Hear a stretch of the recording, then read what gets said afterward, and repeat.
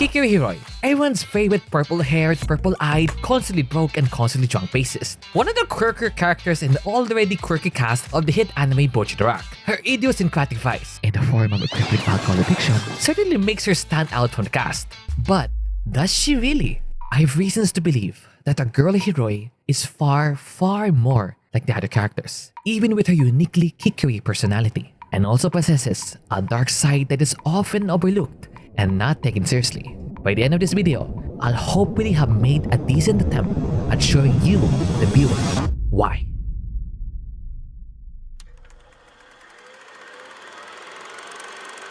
Let's start off with Kikuri's relationship with her band first before we expand beyond the borders of Shinjuku. Now, as you might know if you watch the anime, unlike someone, you might know that Kikuri is tin oxide. Kikuri sings and plays the bass for her band, Seika, where Hiroi, along with drummer Shima Iwashita and guitarist Elijah Shimizu, who shares the same birthday as me and is the best girl from the band, play mostly psychedelic rock songs in their home live house at Fault in Shinjuku, Tokyo. As a highly functioning alcoholic, Hiroi has only caused property damage a few times, leading to the dismay and constant pay deductions by Fault's manager Ginjiro Yoshida, and a bit of a tense Bocchi and Tsukumi duo between her and Shima, who essentially acts as her foil, keeping Kikuri's wild tendencies in check, often being the one to apologize whenever the drunkard does something to tarnish the band's reputation. Even with all that said, though, Shima is still one of Kikuri's most loyal and sensible friends, genuinely concerned about the drunkard's well-being, even if said drunkard oftentimes creates way too many problems for the drummer. The relationship between Kikuri and Shima is one of reluctant caretaking on Shima's part, often bordering on parental.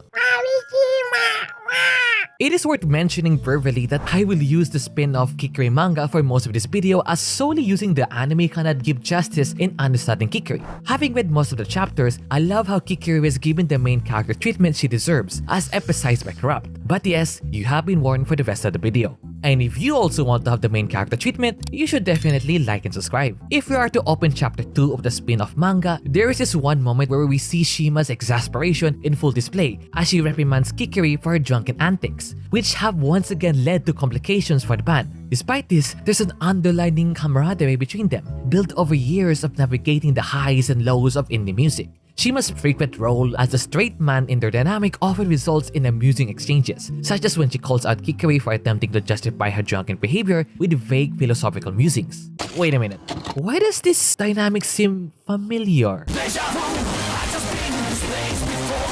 Back to Shima and Kikuri, their dynamic is beyond just frustrated babysitting. As noted again in chapter 2, Shima reflects on their shared history. We've known each other for so long.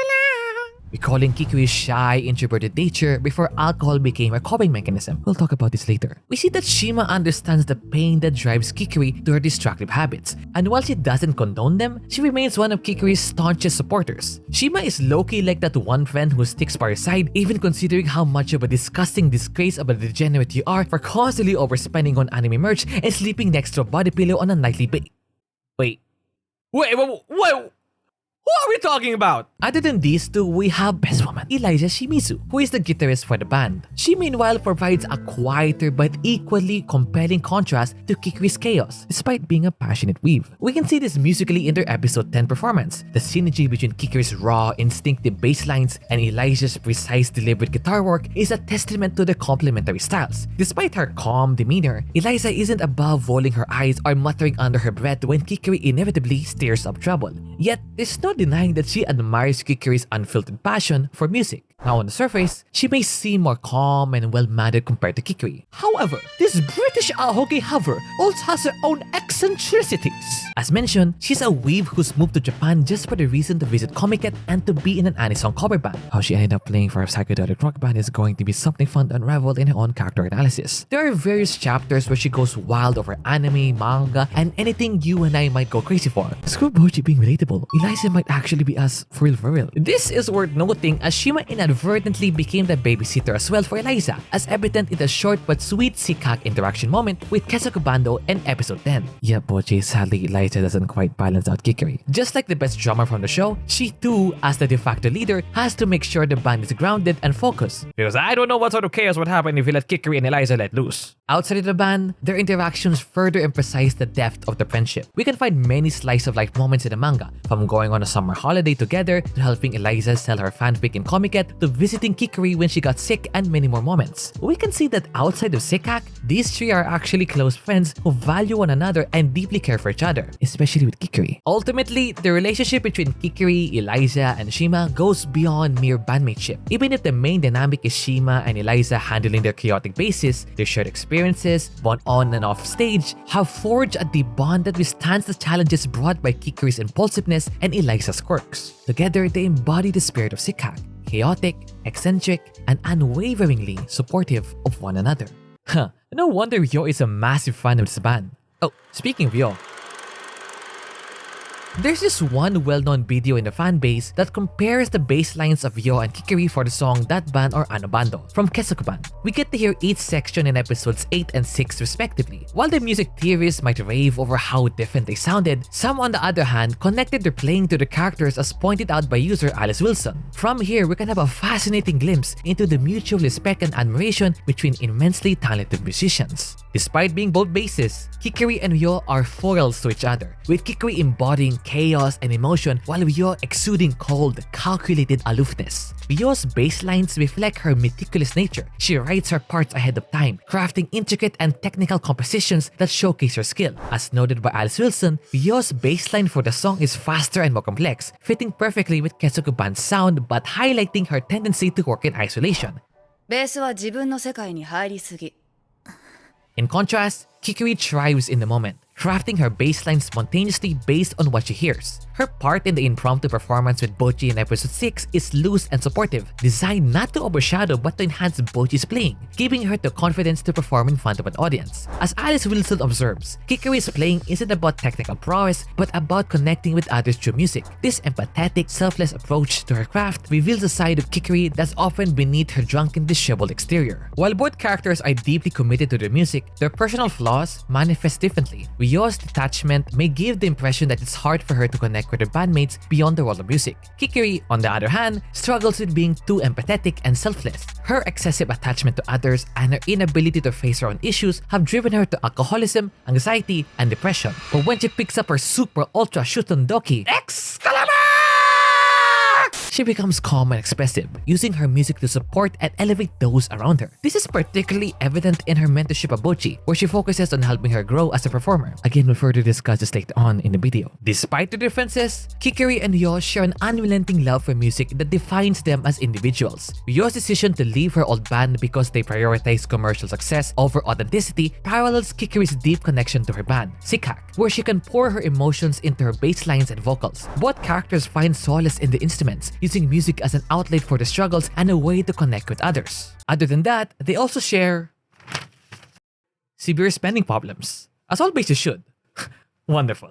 I mean, look at these two goovers. Just laying my eyes on them makes my wallet hurt. I can feel the crippling debt emanating through the pixels on my screen. In episode 10, Ryo's enthusiasm for Seikak's music reveals how much she admires Kikuri's ability to create something raw and authentic. As a fan of the indie rock scene, Ryo respects Seikak's refusal to conform to conventional expectations, seeing their chaotic performances as liberating and meaningful. Kikuri and Ryo's differences also highlight their respective journeys. Ryo is young, with room to grow and the potential to improve her ability to mingle and interact with others. Kikuri, on the other hand, is older and more drowned in the booze, but her virtues still shine through despite the toll of her addiction. Reiterating what Alice Wilson noted, Ryo's basslines reveal her hope for growth and change, while Kikuri's playing showcases the wisdom and empathy she's gained, even as her personal demons consume her. Their dynamic, rooted in both contrast and shared passion, serves as a reminder of how music transcends differences, bringing people together and allowing them to express themselves. But you know, what would be more awesome?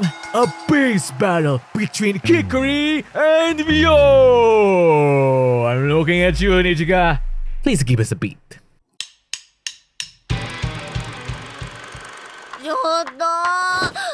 Wait, is that Koshi? Oh, I mean, wait, where's the script?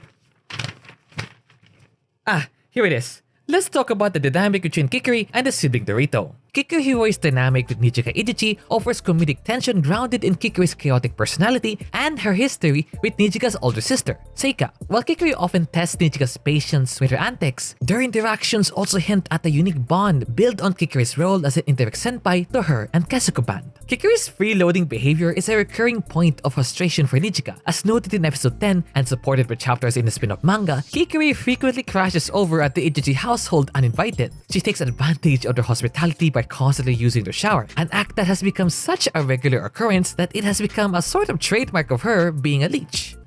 Girl, you need help. The tension between Kikuri and Nijika is partially rooted in Kikuri's past with Seika. As highlighted in episode 8, Kikuri was Seika's junior in college, with Seika even inspiring Kikuri to join a band and pursue music. This history creates a unique dynamic, with Nijika viewing Kikuri through a lens colored by her older sister's experiences. While Seika tolerates Kikuri out of their long-standing friendship, Nijika struggles to reconcile Kikuri's obvious talent with her frustratingly reckless habits. Despite the annoyance, Nijika subtly respects Kikuri. In episode 8, Kikuri's attendance at Kessoku Band's performance during a typhoon illustrates her admiration for the group, Nijika included. While Nijika may roll her eyes at Kikuri's lack of consideration, she also recognizes the sincerity in Kikuri's support for the music, and even another band's music. Oi! Nirika! That's season 2 spoilers! Oh, come on! She was hinted at episode 10! Still, would it be advisable to shut your yappy mouth up, Niriki?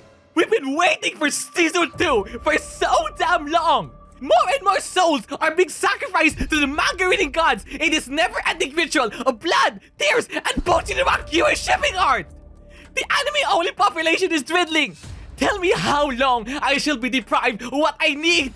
Tell me how long I must endure this torturous sensation while it's essentially oxygen to the lungs of my very being! Tell me, Niriki! Will I be afforded even the tiniest glimpse of the radiance that feels as if it's eternally withheld from me? Answer me! When shall my blindness be cured? When shall the veil be shattered?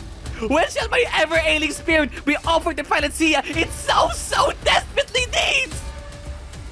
When shall I be offered once again even the shortest, smallest, tiniest sight of the singular star that lights my eternally dark night?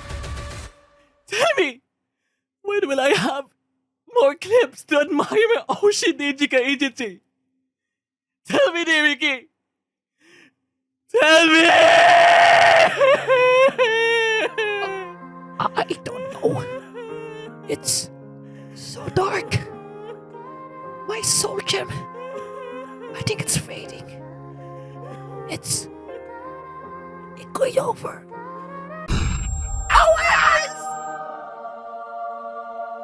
Dearest children, I have heard your cries for season 2.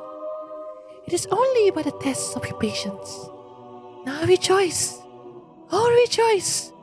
For the anime gods have answered your plea, and the season 2 is confirmed to be in production. Oh my god, Niriki! I can finally make more videos again! Yes, Nirika. You can finally no longer be dead. Oh, great angel from above. We thank you for your presence.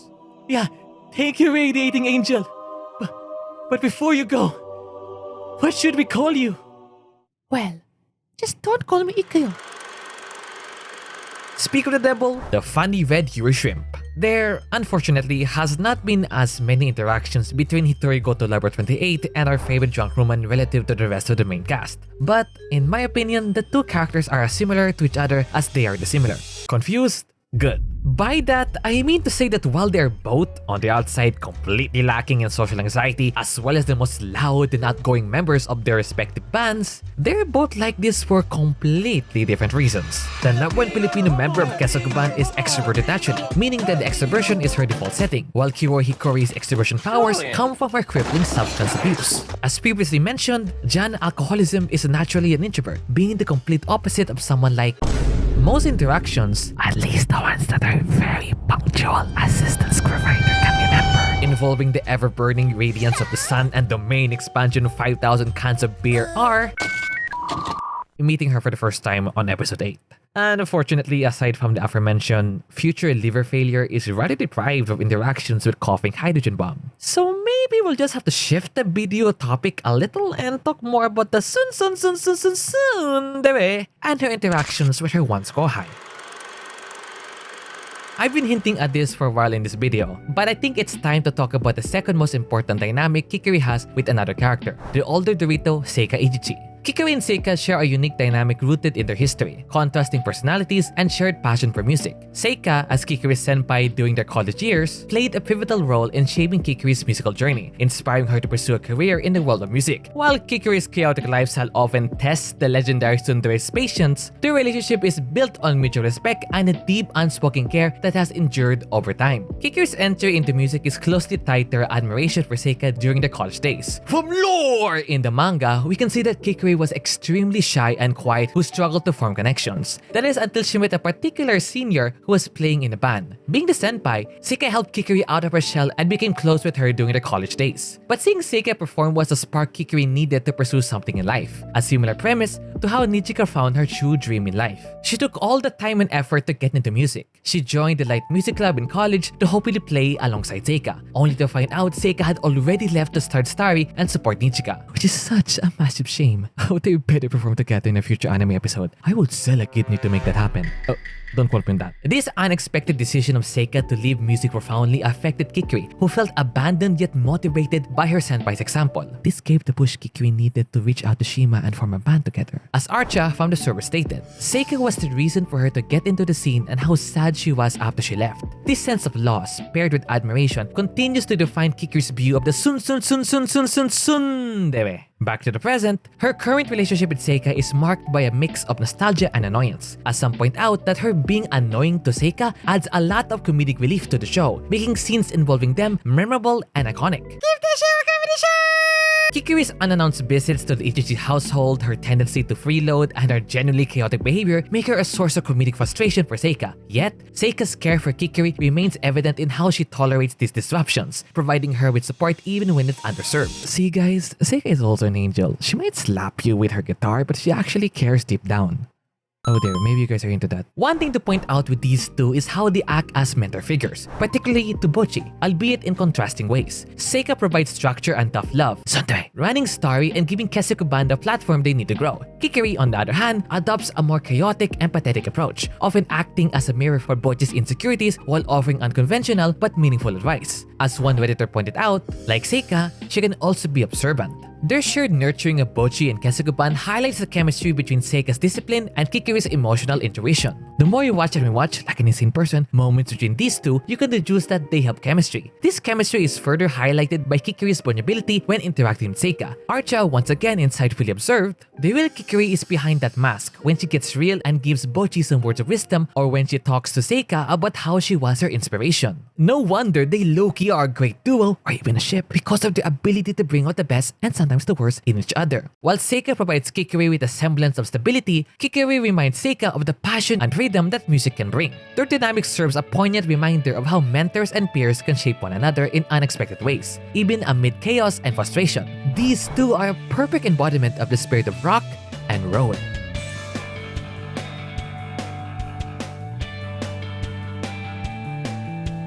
Now it's finally the time to discuss who is arguably the character that benefited the most after meeting the iconic drunkard. That is, of course, none other than the main protagonist herself, Hitori Bocchi Goto. Kikuri and Bocchi share an unexpectedly deep connection, built on a foundation of striking similarities in personality, shared past struggles, and Kikuri's sincere efforts to guide Bocchi. While Kikuri's chaotic and flawed lifestyle, that will be the next section, may seem unbefitting of a mentor, her ability to empathize with Bocchi's fears and insecurities makes her one of the most valuable contributors to Bocchi's personal growth and development as a musician. You see, Kikuri immediately recognized a younger version of herself when meeting Bocchi for the first time in episode 6. Like Bocchi, Kikuri was once shy, introverted, and overwhelmed by the idea of performing for an audience. Also in episode 10, she states the reason why she considers Bocchi as a kohai. あ、やっぱわかる？陰キャ同士は惹かれ合うって本当なんだな。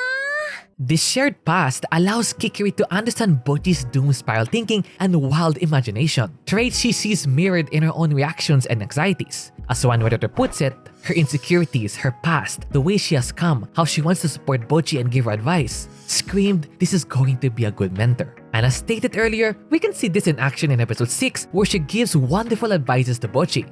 Giving up after one day is a waste, when Bocchi lied on wanting to return the guitar after claiming to have tried it only for a day. And you are not in combat with the people in front of you. Don't get it twisted, who your enemies are when Bocchi was terrified of performing publicly. These simple lines resonate deeply with Bocchi, helping her reframe her fear of the audience as adversaries. Temari describes how these moments show Kikuri's passion for music and her ability to empathize with Bocchi's insecurities. Despite her flaws, Kikuri's guidance becomes a turning point for Bocchi. Without Kikuri's intervention in episode 6, Bocchi might have failed to sell the concert tickets she was struggling to distribute, a task critical for not just Kessoku Band but for Bocchi's character growth. There's this one sweet gesture at the end of episode 6. Even after Bocchi successfully performed publicly and sold tickets for 2 new fans, she had 1 ticket yet to be sold. Kikuri then decides to make the last purchase, either to ease Bocchi from worrying or maybe she also wanted to see how Kessoku Band would be like after being impressed by Bocchi in the impromptu public performance. Whatever the case, Kikuri has had Bocchi's back from the very beginning, as another redditor points out, shaping who Bocchi becomes as she gets more confident. Kikuri's support also extends beyond practical help. Her presence as an indie legend in the music scene shows Bocchi what is possible when passion and persistence meet.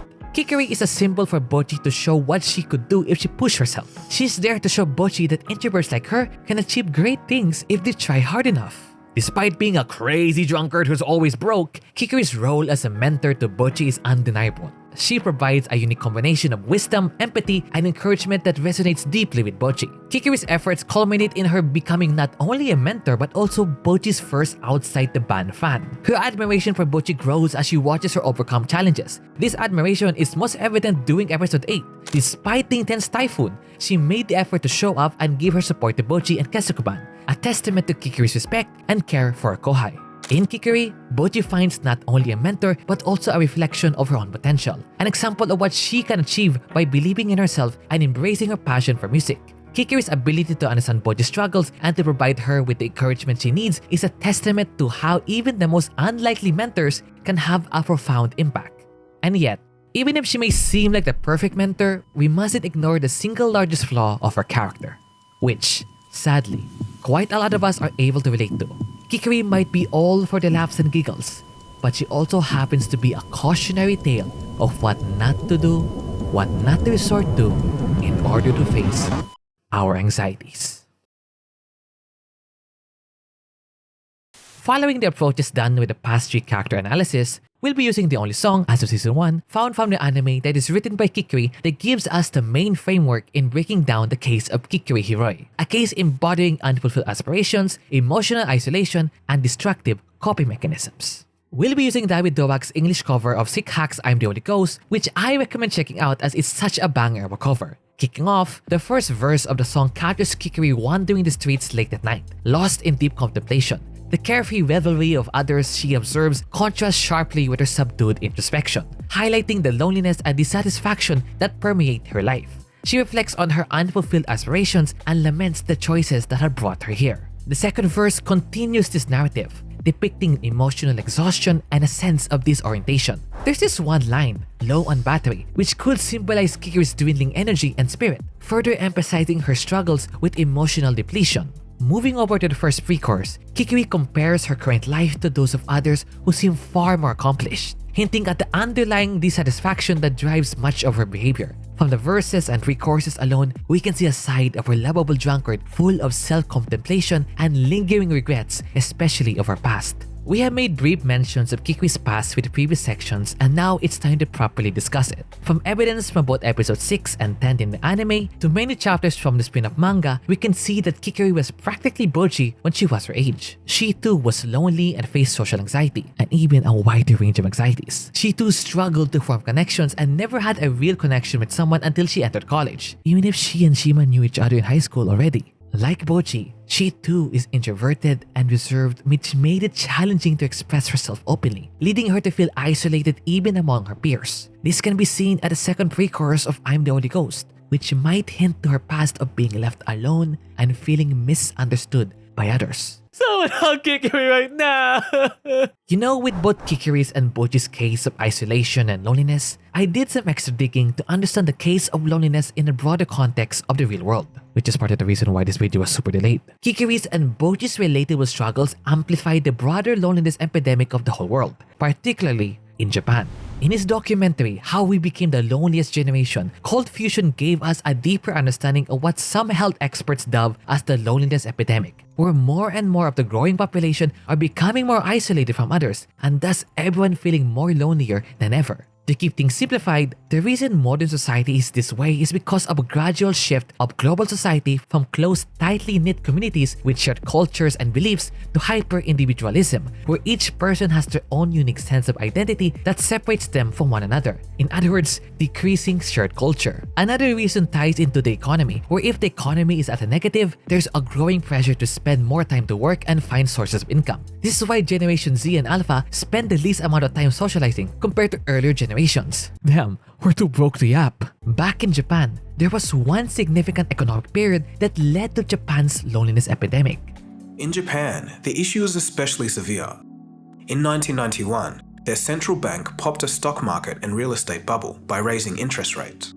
The economy stagnated so hard that the period that followed is simply known as the Lost Decades. And I think the thoughts Kikuri has when sober, depicted during the happiness spiral segment in episode 6, might reference the lost decades. This has led to Japan's social isolation case, particularly severe. Maybe some of you are aware of the term hikikomori, mentioned in the anime, that refers to people who have fully withdrawn themselves from society, who have spent months to even decades without leaving their homes, locked away from the outside world. You know it's bad when it's already an official term to describe this phenomenon and individuals. Because according to statistics, there are roughly 1.5 million hikikomoris in Japan, which is just insane and sad to comprehend. It's hard to grasp the idea of spending all of your life just inside the home because of an intense fear of society. But it's a very real and deep problem Japan is going through right now. Which is why Kikuri's and Bocchi's story is very relatable to many in Japan, to you the viewer, and even to me, because they reflect these societal trends that we are all a part of. But similar to Bocchi's story, Kikuri found the light at the end of the isolated tunnel through music, particularly after meeting a certain Dorito senior, Seika Ichichi, who inspired her to dabble into the world of bands. By seeing Seika's confidence and passion playing for her band, it motivated Kikuri to join the music world herself, believing, just like Bocchi, that music could be an outlet for her introverted nature. However, as stated earlier, Seika eventually moved on from music to support Nijika's dream and manage Starry, which left Kikuri on her own. There's an interesting take Archa has towards Kikuri. He believes Kikuri might have at one point aimed big and high just like her future kohai. If Kikuri were to think of large societal issues whenever she's sober, then that means she really cares about many things outside of her reach. And maybe through her music she would have made an impact to either help people with their struggles to make ends meet or provide entertainment in the tortuous cycle of day-to-day life. But here's the catch. Just like Bocchi, she greatly struggled to speak up and express herself. There's this one manga segment where Kikuri was fumbling in trying to recruit Shima for her band in college that showcases just how timid she was. Then there's this line in episode 10. 真逆の生き方してやろうって思ってロック始めたの。楽器屋でベース買うのも、ライブハウス行くのも、最初めっちゃ怖かったし。I feel why these lines of the song are full of reflection and a deep sense of regret is because of lost potential. Her dreams in the music world were never fully realized, not because of a lack of talent. Oh no, we know she's a beast on the bass, but because she lacked the confidence and support to properly push through her insecurities. As its editor puts it, Kikuri in a sense is a Bocchi that failed her own arc, so to speak. A small detail I realized when you compare the character designs of Bocchi and Kikuri is their hair color. I believe Kikuri's darker hue of pink symbolizes the failures, the setbacks, and ultimately the darker path she took in life compared to Bocchi. We see a struggling adult making ends meet, depressed and full of regrets. What if thoughts fill her mind, often contemplating if there was something she would have done differently back then. Deep down, she's an overthinker like many of us, thinking about every aspect of her life, her music, her relationships, and her future, creating a cycle of anxiety and self-doubt that keeps her trapped in her current state, which leaves her to take a certain substance once thought to be helpful in calming her nerves before performances, but has led to something far more worse, a coping mechanism turned into a toxic addiction. Leaving us to the choruses of I'm the Only Ghost, where the first chorus captures the fleeting euphoria Kikuri finds when consuming alcohol, describing how it allows her to escape her mental cage. Lines like round and round reflects the cyclical nature of her drinking habit, again referring to the happiness spiral. For Kikuri, alcohol serves as both a numbing agent and a false sense of liberation, allowing her to temporarily shed the anxiety and insecurities that overwhelm her when she's sober. As Steele notes, young Kikuri is Kikuri Hiroi with all of her inhibitions gone and only her will left.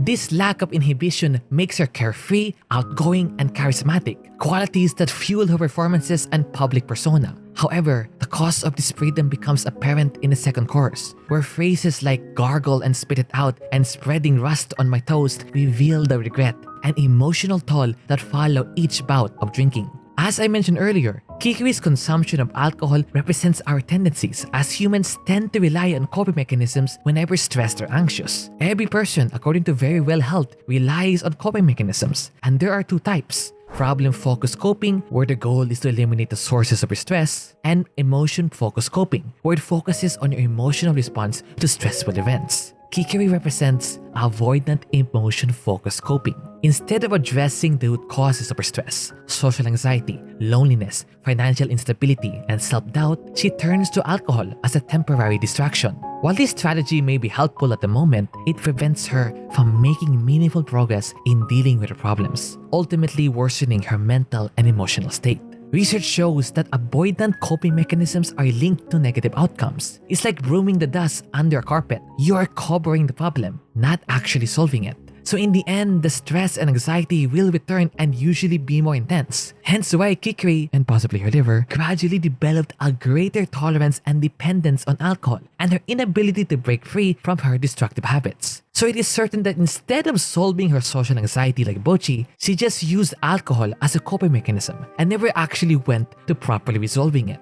The more Kikuri drinks to cope with her emotions, the more her brain and body gets into the habit of drinking, making it more difficult to escape the spiral with each bottle of alcohol she takes in. And to be frank, alcohol is a fantastic coping mechanism, as science has proven how good and rewarding it feels to consume it. Because just like other substances, it activates the brain's reward system, triggering surges of dopamine, the chemical responsible for feelings of pleasure and motivation, leading to the sad reality that Kikuri is addicted to alcohol. Or in other words, she is suffering from alcohol use disorder, the most common form of addiction. Anything can be a form of addiction, from scrolling to social media, to playing video games, to collecting pictures of seisyun, wait no, that's schizophrenia, or consuming corn. As long as it releases good old dopamine and is easily repeatable, it can get very addictive. No wonder AI chatbots and relationships, God help us all, are very popular nowadays, as it is discovered that they are potentially addictive.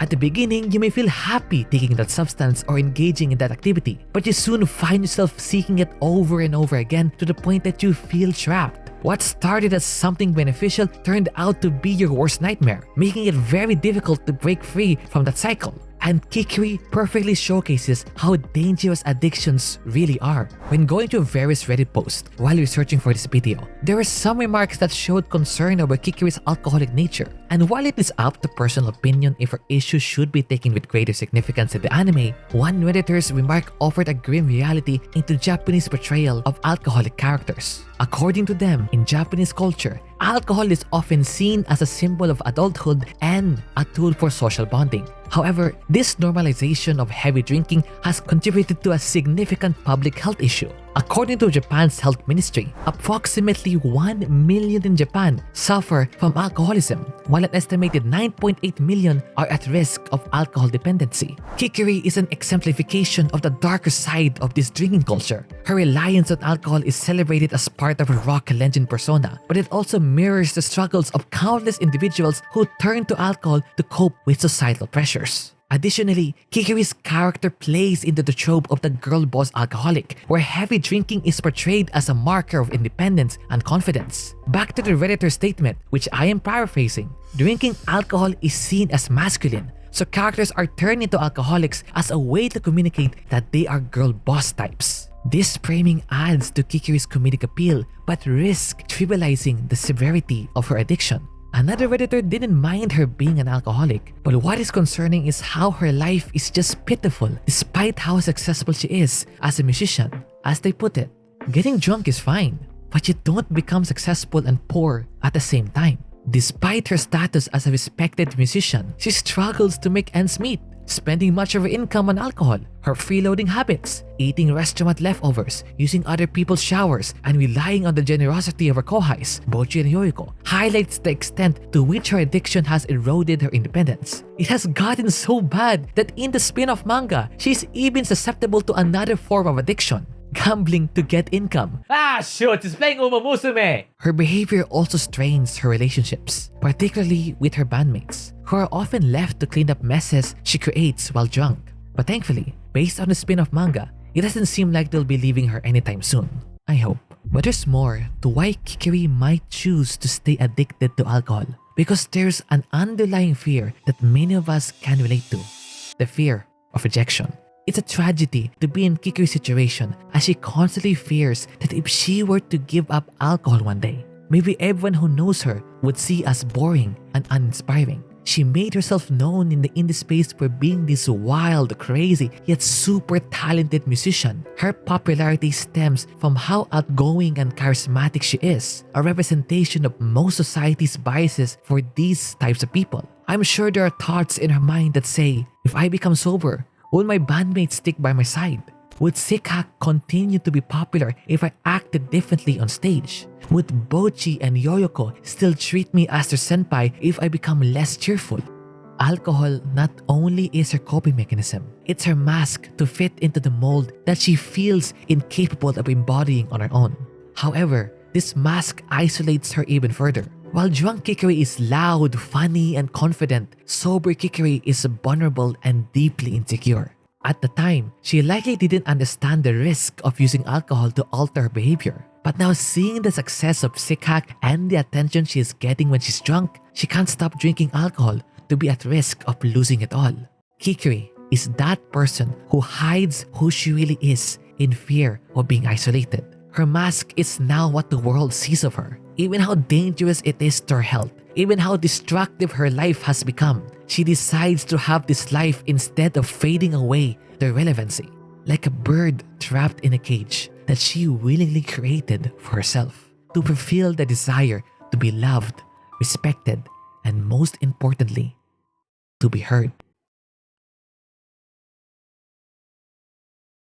Okay, I think we've gone too far on this take, because Kikuri is a perfect reflection for many young adults such as myself. I too struggle to make ends meet, to have this relentless drive to achieve a goal at risk of my own personal health and well-being. And yes, to be addicted to something. I admit to being a gacha addict, to consume media that I know will not be beneficial for me in the long run, and engage in activities that I know ruins my life. I think all of us have some form of toxic addiction. It's a sad reality of us humans, especially in a modern time of instant gratification and addictive substances or activities. So maybe we shouldn't paint Kikuri in that much negativity or be all over dramatic, because her journey reflects the experiences of many young adults in their mid-20s who face similar struggles. Kikuri's story resonates with those who feel caught between their ambitions and the harsh realities of adulthood. And there's another thing to consider regarding Kikuri's destructive lifestyle, because her struggles are ultimately emblematic of the culture of rock and indie music. As Red Joker puts it on his video about the in-real-life counterpart of Kikuri, Margaret Hiroi, fame was never their goal. They just wanted to create something they like because they like it. This is what I meant by authenticity. They never sold out to agencies to boost their fame like so many other bands. Not that there's anything wrong with it. They play for themselves. This kind of drunk behavior on stage, going down to hi-fi fans, the random sticks, this would never fly in corporate Japan. So they stayed in their indie circle, growing steadily from there. Their music, their message may not reach a huge audience, but to the people that do connect, it will hit hard. I repeat of the main theme with Ryo's character, authenticity. Even if everyone she knows is concerned for her well-being, there's this level of respect everyone has towards her. She's full of charisma, a person free-spirited with no worry about life. She's generous and genuinely caring for others, sometimes at the cost of her own wallet and well-being. She's a powerhouse and a comedy relief. I honestly cannot see the story without this lunatic lightening up the mood whenever she crashes and tumbles like any drunkard would. There's a reason she is a legend after all. Even if the means are questionable, the ends speak for themselves. However, I still feel that Kikuri can turn her life around. She has all the means and the right people to convince her that she can break free from the chains of alcohol and this depressing lifestyle she has. In the spin-off manga, there are moments where the two closest people in her lives, Shima and Eliza, were supportive and sticking by her side even when she showed her true self, being anxious over everything and being 10 times worse than the pink creature. So there is the possibility that if Kikuri ever decides to be real for once, her relationships will not be affected at all.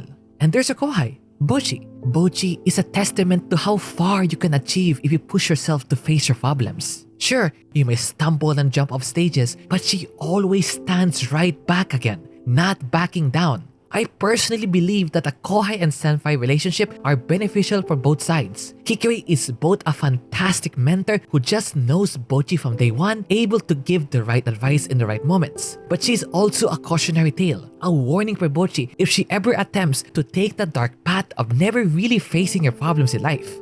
But for Kikuri, Bocchi might potentially inspire her senpai to one day leave alcohol behind. If her kohai, who she identifies as a younger version of herself, can do it properly, then she too has the ability and the support to do it as well. To wrap this video, Kikuri is another brilliant character in a cast of legends. Some even argue that she is basically a real-life person teleported in a world of caricatures depicting the spectrum of introversion, extroversion, and low to high self-confidence. She may just be there for the laughs and giggles, but she is insightful and very wise. She may not be a doer of her word, but we all love her nonetheless for being a representation of the reckless young adult and the dark nature of humanity. I am happy that there is a character like her from the show. It just makes this franchise so universal. From the struggles of interacting, to finding purpose in life, to being real and authentic, and the ugly sides of being human. The characters of Bocchi the Rock are all of us. Even if you're not into this genre of anime, you cannot deny the sheer relatability of the show and the life-changing lessons this show has taught us. Whether from how the story progresses or the amazing brilliant characters the show has, there is something from this anime that can impact our lives, whether you are a dreamful teenager or a struggling adult. Thank you for existing, Kikuri Hiroi, and thank you Damon for the perfect closing line. If I had 5 words to explain Kikuri, it would be emotional, relatable, encouraging, outgoing, and most importantly, based.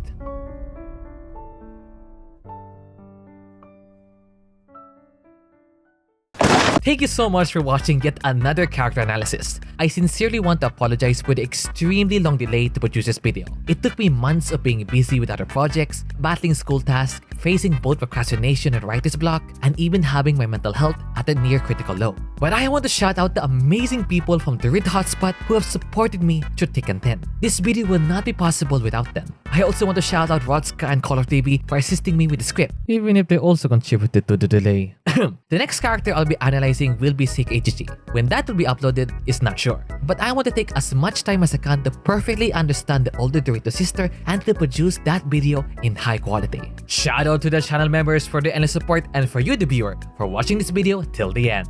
Okay, off I go!